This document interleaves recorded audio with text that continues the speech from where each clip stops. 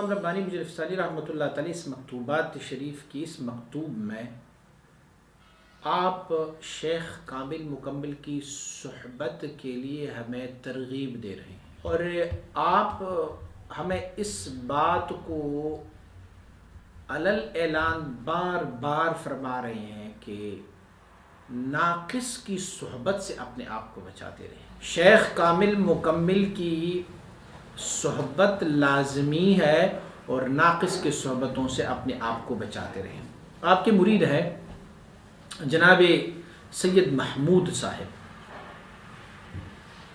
اس وقت آپ نے بیعت تو نہیں فرمائی تھی، لیکن آپ نے اپنا عریضہ حضرت امام ربانی مجد الفسانی رحمہ اللہ کے بارگاہ میں پیش کی اور اپنے کچھ التجاء و تضرع و اپنی عاجزی ان کے سامنے پیش کی تھی۔ تو آپ مبارک کو آپ کا یہ مکتوب، یہ خط ان کو بڑا پسند آیا، اور آپ لکھتے ہیں کہ آپ کے خط میں نے دیکھا کہ آپ کا خط جو ہے، آپ کا یہ لیٹر، یہ طلب اور شوق سے بھرا پڑا ہوا ہے۔ آپ نے طلب بڑی کی ہے، شوق میں ہیں آپ، تو آپ شوق اور طلب کے ساتھ آپ کا یہ خط مجھے ملا۔ اور دوسرا یہ ہے کہ آپ کے خط سے جو مجھے خوشبو آ رہی ہے نا، وہ درد اور تشنگی کی خوشبو مجھے آ رہی ہے۔ آپ کے خط میں کچھ درد ہے، کچھ تشنگی ہے، اس خط میں کوئی طلب ہے، اس خط میں کوئی شوق ہے۔ فرماتے یہ چار چیزیں جب میں نے آپ کے خط میں دیکھی تو یہ میری نظروں میں بہت اچھی محسوس ہوئے۔ آپ اسی کو تفصیل فرما رہے، فرماتے کیوں آپ کے خط میں مجھے طلب ملا؟ تو فرماتے طلب اسی لیے اچھی ہے کہ یہ بشارت دیتے ہیں مطلوب کے حصول کے لیے۔ کسی چیز کی بھی آپ کو طلب ہو نا، تو اس طلب کی وجہ سے اس مطلوب کے حصول کا ایک ذریعہ یہ طلب بھی بن جاتا ہے۔ ہمارے عربی کا بڑا مشہور و معروف مقولہ ہے، من طلب فقد وجد یا من جد فوجد۔ جو محنت کرتے ہیں، کوشش کرتے ہیں، جو طلب کرتے ہیں، وہ پا بھی لیتے ہیں۔ تو فرماتے ہیں کہ طلب جو ہے یہ بشارت دیتے ہیں کہ آپ اپنی مطلوب کو حاصل کر سکتے ہیں۔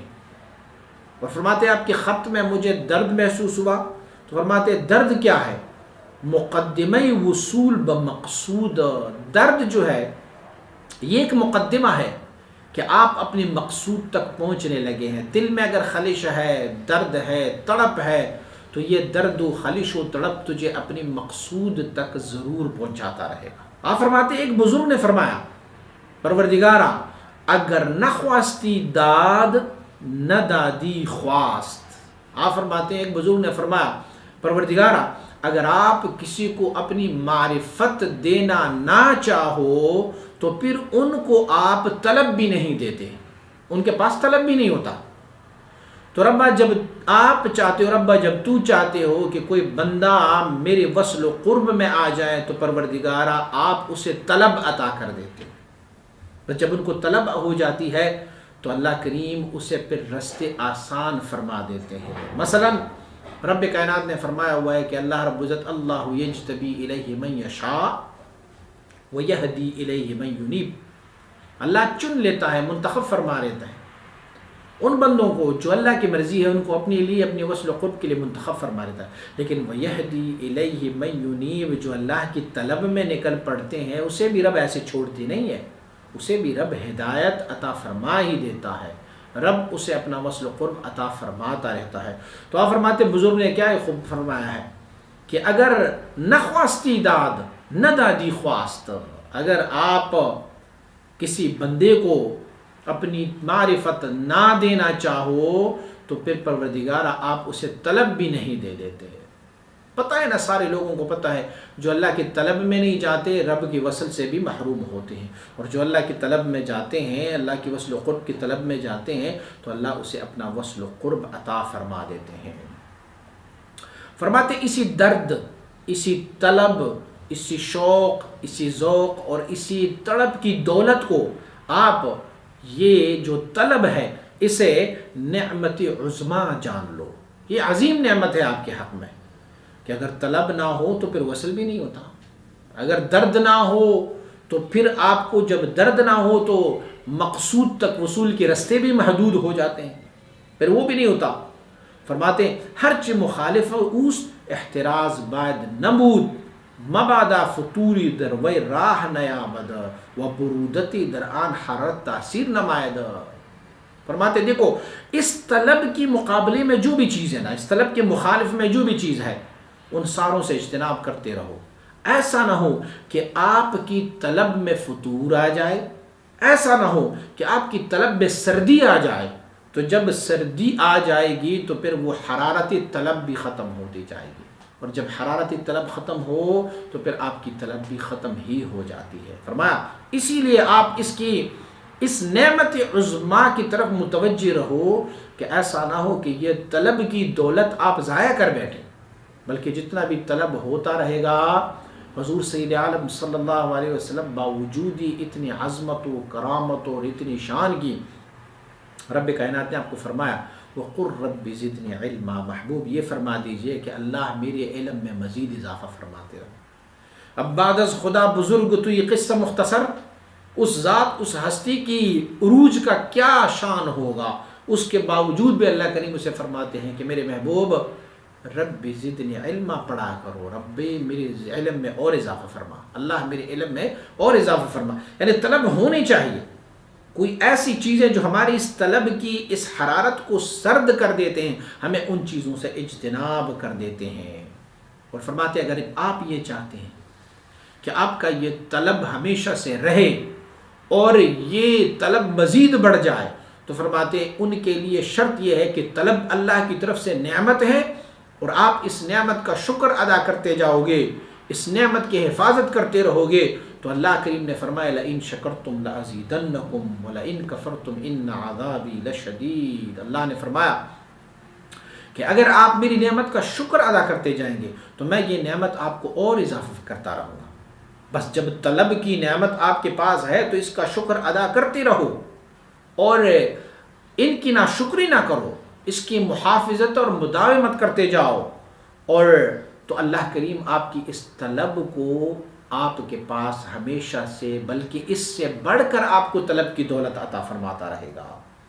اور فرماتے ہیں دوسری بات اس میں یہ ہے کہ وہ دوام التجا و تضرع بجناب قدس خداوندی جل سلطانہ، ہمیشہ اللہ کی بارگاہ میں التجا کرتے رہو، عاجزی کرتے رہو، تضرع کرتے رہو، تا وجہ طلبی ارا از کعبہ جمال لا یزال خود مصروف نہ گردانن۔ سبحان اللہ، تاکہ ایسا نہ ہو کہ اللہ کریم ہماری اس طلب کی ڈائریکشن کو کہیں اپنی طرف سے موڑ کے کسی اور طرف نہ ڈال لے۔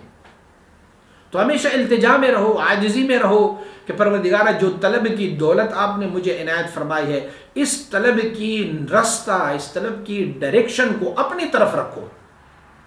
ایسا نہ ہو اللہ اعظم باللہ کہ ہماری اس طلب کی ڈائریکشن اللہ کی ذات سے بدل کر کسی اور کی طرف نہ چلا جائے، پھر یہ طلب ہماری دنیا کی طرف نہ مڑ جائے، کہ دولت کی طرف نہ مڑ جائے، مرتبے اور اسٹیٹس کی طرف نہ بڑھ جائے، کہیں اپنی عبادتوں پر گھمنڈ نہ ہو۔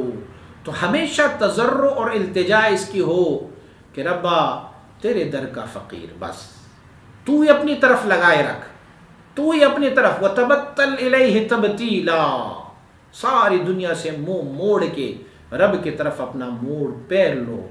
تو یہ بھی تضرع اور التجا کرنی چاہیے۔ آپ فرماتے ہیں بس اوقات ایسے بھی ہو سکتا ہے کہ کسی بندے کو تضرع و التجا کرنا ہی نہیں آتا، وہ نہیں کر سکتے، تو پھر کیا کریں؟ فرماتے ہیں اگر حقیقت التجا و تضرع آپ کو نہیں مل رہا، رونا نہیں آ رہا، بھئی کیا کریں؟ تو کیا کریں؟ فرماتے صورت تضرع و نیاز مندی را از دست نمی باید داد۔ فرماتے ہیں اگر حقیقتاً آپ کو یہ نہیں ہو سکتا کہ تضرع کرے، التجا کرے، صورتاً تو تضرع و التجا تو کر لیا کریں۔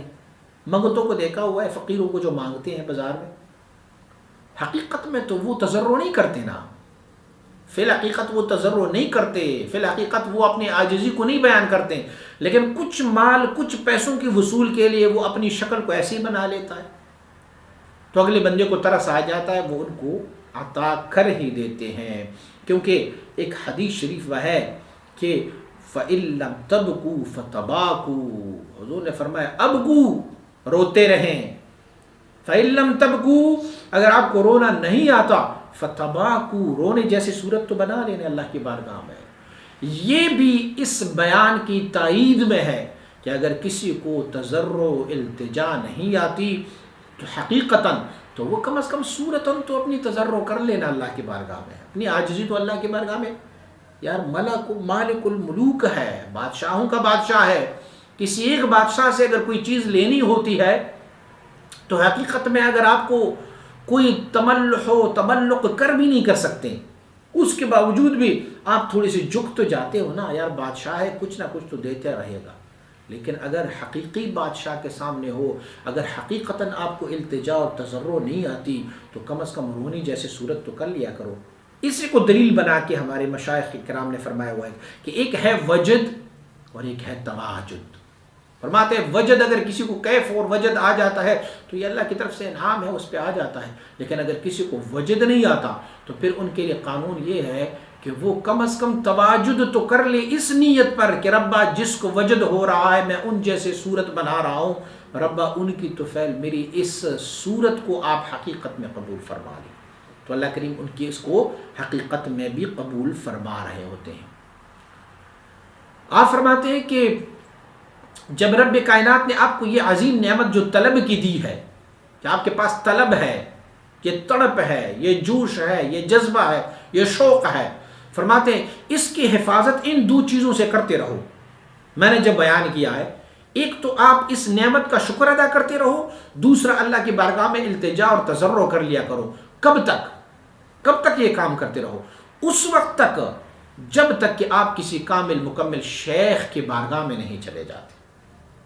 تو اس طلب کو بچانے کے لیے شیخ کامل مکمل تک رسائی سے قبل آپ اس نعمت کو بچانے کے لیے ایک نعمت کا شکر ادا کریں اور دوسرا اللہ کے بارگاہ میں التجا اور تضرع عاجزی کر لیں۔ لیکن آپ فرماتے ہیں کہ جب آپ کسی کامل مکمل شیخ کے بارگاہ میں چلے جاتے ہیں تو پھر کیا کریں گے؟ بعد از آن تفویض مرادات خودس بآن بزرگ در رنگ میت شدنس در دست غصار۔ فرماتے ہیں اس کے بعد جب آپ کسی کامل مکمل شیخ کے ہاتھ میں آتے ہیں، ان کے بارگاہ میں چلے جاتے ہیں، تو پھر اپنی ارادت کو آپ نے چھوڑنا ہوتا ہے، اپنی خواہشات کو آپ نے چھوڑنے ہوتے ہیں، اپنے آپ کو اس بزرگ کی ایسے حوالے کر دے جیسے کہ میت غسل دینے والے کے ہاتھ میں ہوتا ہے، اپنی مرادات سارے ختم کر